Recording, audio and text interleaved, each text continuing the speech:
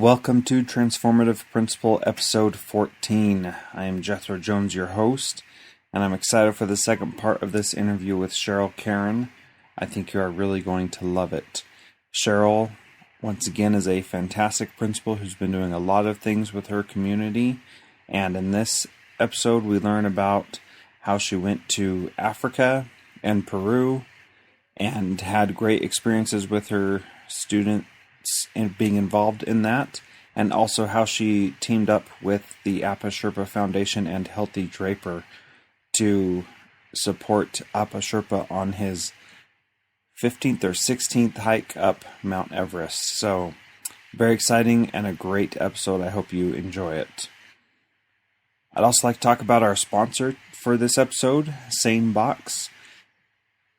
Please see the link in the show notes or go to bit.ly/saneprincipal for more information and to sign up for a free 2-week trial. If you get too much email, you are going to love SaneBox. One of the best things about SaneBox this last week that I noticed was that when I get email attachments that are over a certain size, SaneBox automatically strips the attachments and saves them in my Dropbox folder, which is where they will probably end up anyway. And then I don't have to worry about going to email jail, as we say in our district, where your inbox is too big for the district's requirements. So you can keep a little bit more email and save that for a little bit longer so you don't have to worry about running out of space on your email account as much. I really love SaneBox. I've been using it for a couple months and it has saved me so much time and let me focus on being a great principal and a great leader and not focus so much on being interrupted by email. I hope that you have a chance to play with it and enjoy it. Again, bit.ly/saneprincipal. Give it a try. Let me know how you like it. Listeners, I'd also like to ask for your help with something. Next month, I'm giving a presentation at the Utah Coalition for Educational Technology Conference, which is a great conference that we do here in Utah. If you wouldn't mind taking a couple minutes and clicking on the link to the Busy Administrator survey in the show notes of this episode, I would greatly appreciate it. That's what my presentation will be about, is how busy administrators use great tools to keep themselves sane and focused on being a great principal. So please take a couple minutes and fill out that survey. I'm just going to ask you for your number one best tool that helps you and ask you what category it's in, and then also a link to it. Thank you so much.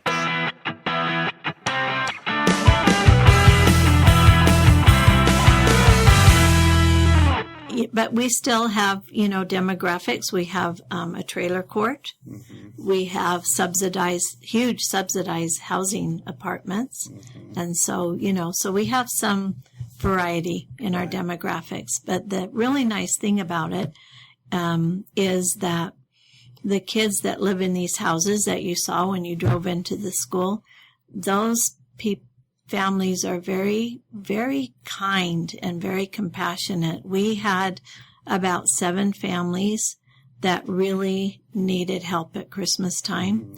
And we just put the word out, and you cannot believe the things we got for those families. And we just kind of assigned, as people came in, we just said, we have some families, we need a little help, and we were flooded. And so we had to divide people up and say, you're with this group on this family. And we had bicycles and just all kinds of things that went out to those families. And it's awesome. That's so good to be able to involve them in helping people within in our own school. Yeah. That's really neat. Yeah. What are some of the really great things about having interns and assistants? Even ones that change every year. Just meeting new people and having the opportunity to work with people that have great ideas themselves and, a variety of backgrounds. Rex was special ed. BJ was data. Marianne is really curriculum oriented. Sean came from middle school, Right. Spanish. And so just to have the opportunity to be with those people and talk to them and learn their points of view, and they all have something really great to contribute. They have something for me to learn from them on school and people and everything. So it's a great opportunity for me to be able to be with them. Yeah, that's great. So at the end of each interview, I ask 2 questions. Number 1 is, what is something that someone can do today to be a transformative principal like you are? Wow. I think mostly probably looking at the big picture of what it really is about and what we really want. What do we want parents to feel when they send their kids out the door to your school? And I tell parents all the time, when you send your child out the door to this school, I want you to have joy in your heart that you are sending them to this place and that this is the best place they could be. And so putting that up, as that's really what we're here about, makes all of the other stuff more clear as to what your priorities are and what's really important. And so I think just being able to look at the big picture to see what it is that we're really doing. We are wanting the kids, when they walk out of this door, to have all the academic skills and the social skills that they need to be successful and to be ready for college and careers and be on their way and have all of those skills that they need. Yeah. And kids come to school with great social skills and they come to school with no social skills. And you want everybody to walk out with, those skills that they need to move on and to do well. Yeah. And that gives you the perspective to say, is what we're doing contributing to the success of our school and the feeling of our students feeling like this is the best place. Yep. And if we're doing something that doesn't contribute to that, then why are we doing stop. it? Get it out. Don't do it. And that's what I hope every day when I come to school, that the things that I am doing are contributing to that. And if I am doing things that are spinning my wheels, then stop it. And I've had to stop myself, say, why am I doing this? This is really not what we're about. I'm spending too much time on that. I need to focus on what's really important. So sometimes that's hard. Yeah, it is. Especially if you really like some of those things, or if somebody really likes some of those other things that you're doing. Yeah. And then the last question is, you got a lot of good stuff in here. So what is something in your office that is unique to you or is meaningful to you that you want to tell us a little story about? Well, let's see. Because you got like 100 medals over there. I do have 1 million medals. And got this awesome statue. Some cool stuff behind me here. There's pictures of people on mountains. Yeah.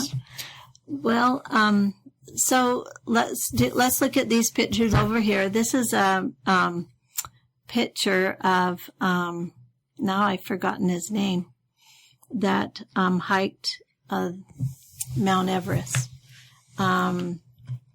He came here from Nepal and brought his 2 children. Tenzing? No. Oh, that's my son's name. Apa Sherpa.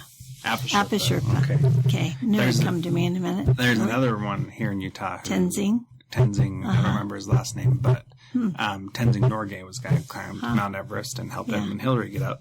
And we named my son after him. Awesome. So that's cool. One day my wife wants to climb Mount Everest. We'll see if we're ever rich enough for that to happen. Or brave enough. Yeah, or brave I'm not enough. sure that you need more money than you do, Right. just guts to do it. That was always a dream of my husband that passed away, that passed away on a mountain. Oh. And so Apa Sherpa came here, and he brought his 2 children, and one of them was in 6th grade.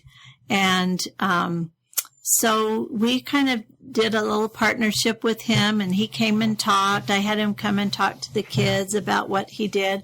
He wanted to come here to give his kids a better education and a better life. And he could speak a little broken English. His kids got pretty good. His wife, she struggled. And he lived with a man, Micah, in our neighborhood who didn't have children, but anyway, his daughter came here. He came, and so I said, this is awesome. We are going to do something. I'm not sure what are some ideas, and so he came and did a few presentations. And while he was here, he was doing his 17th hike to Mount Everest, and it was a world record. Wow. And so we, you can see him there on that picture. That is we had one of the teacher's daughters draw that and make that into a bulletin board, the picture of Mount Everest.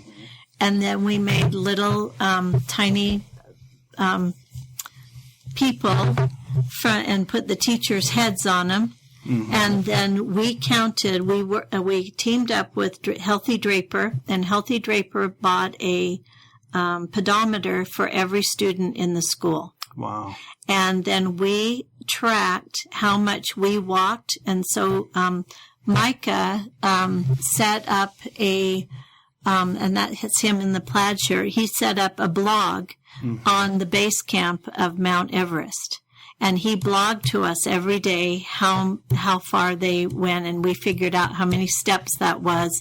And so we would do that many steps every day. Oh, wow. And so we would do the steps, and as they did the steps, they would get up to the top of Mount Everest when Apa Sherpa did. Wow. And so this is Apa Sherpa. I think he's signing our bulletin board there. So this was on a bulletin board in the school.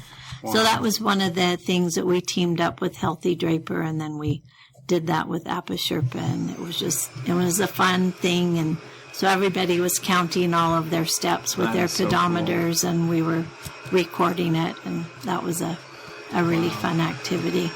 I've gone to Peru and to Africa, and we did some service projects. The kids did service projects, wrote books, and those kinds of things. And I took dolls to Africa.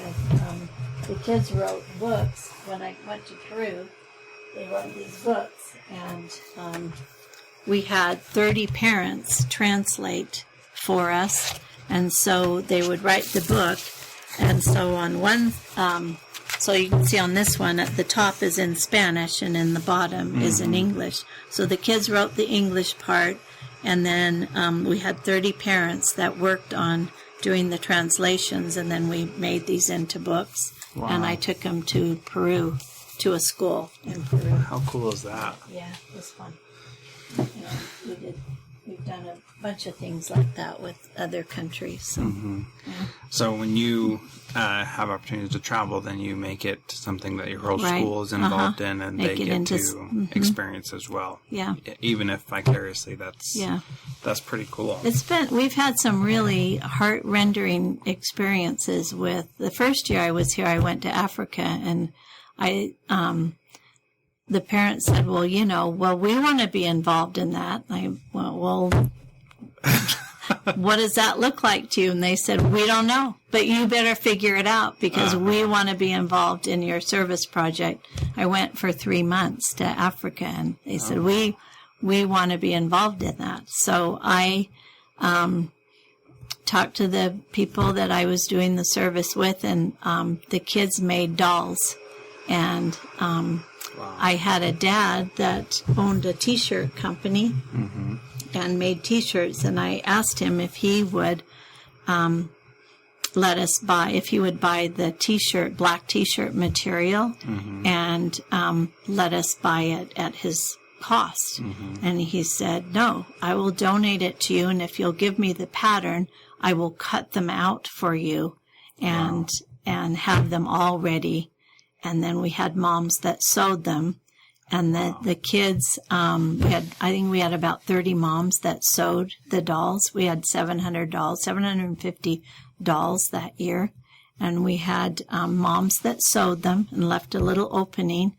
And then we had moms that went up to the, what is that nursery that has, cactus and tropicals.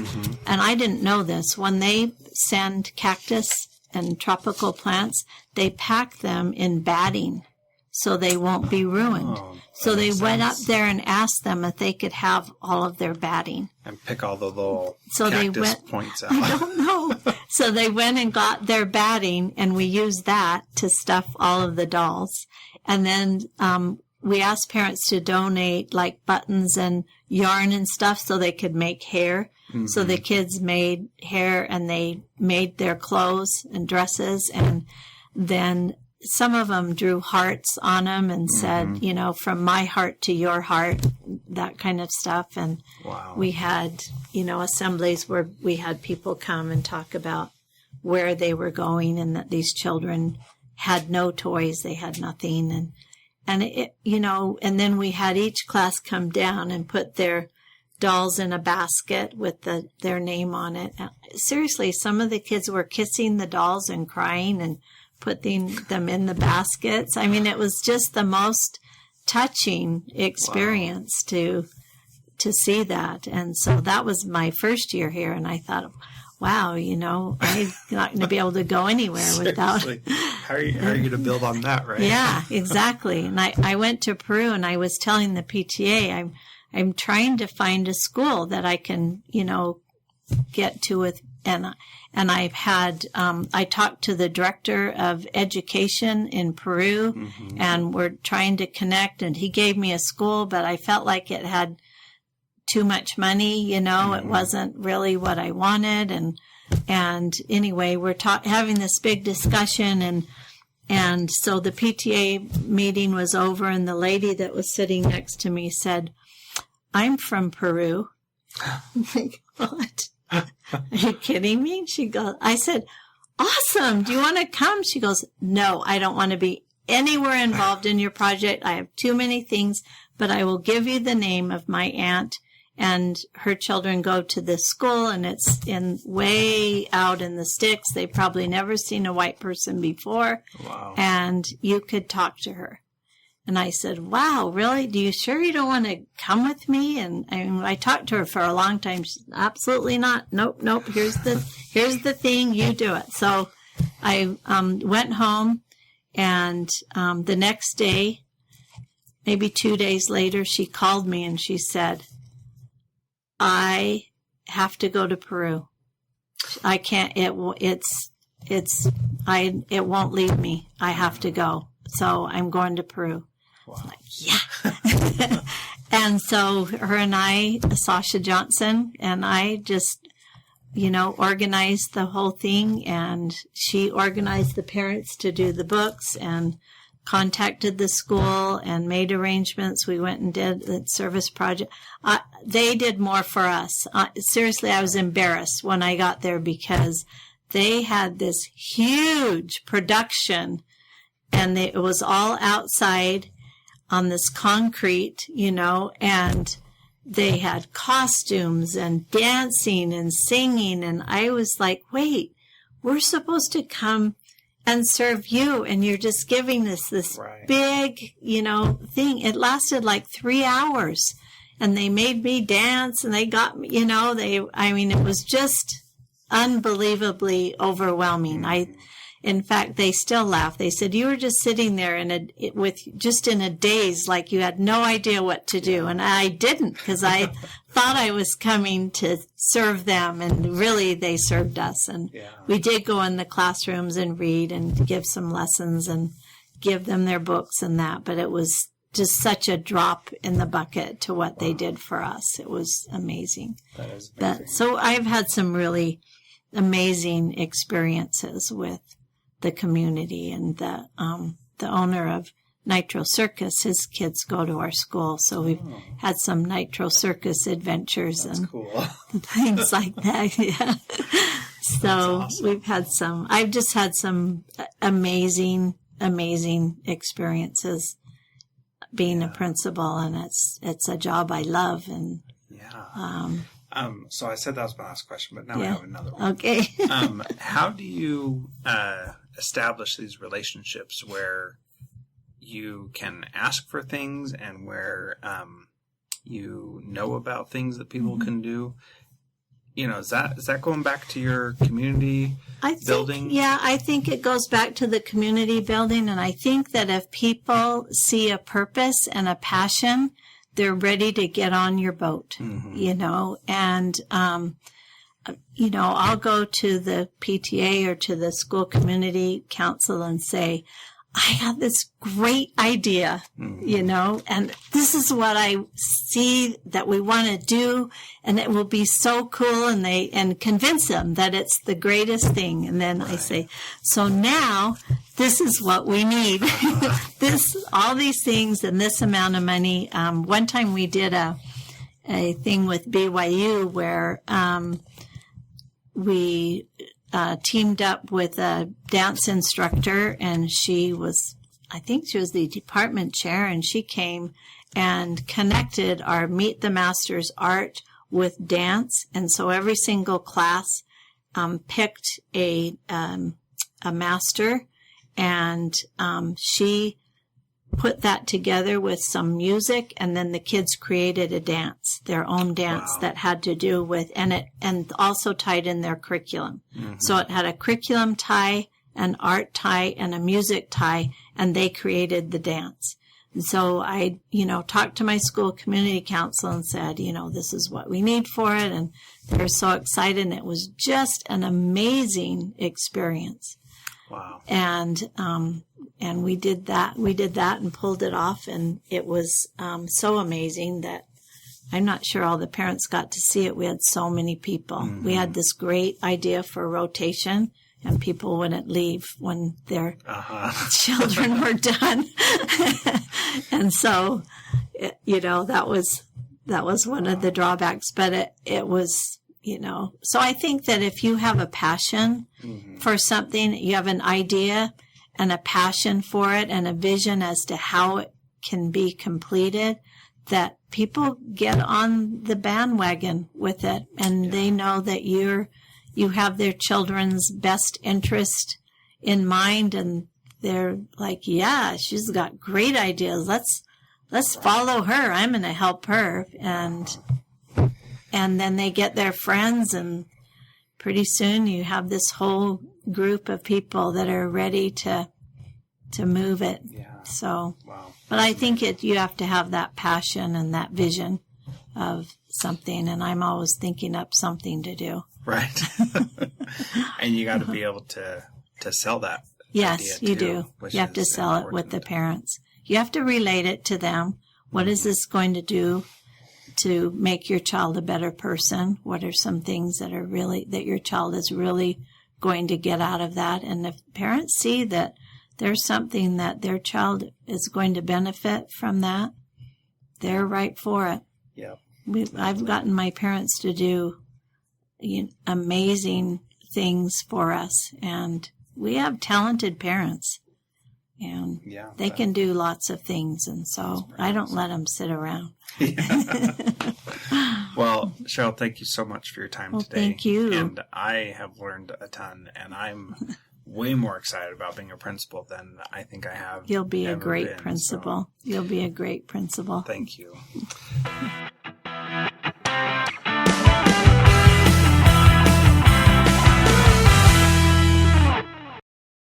Another great interview.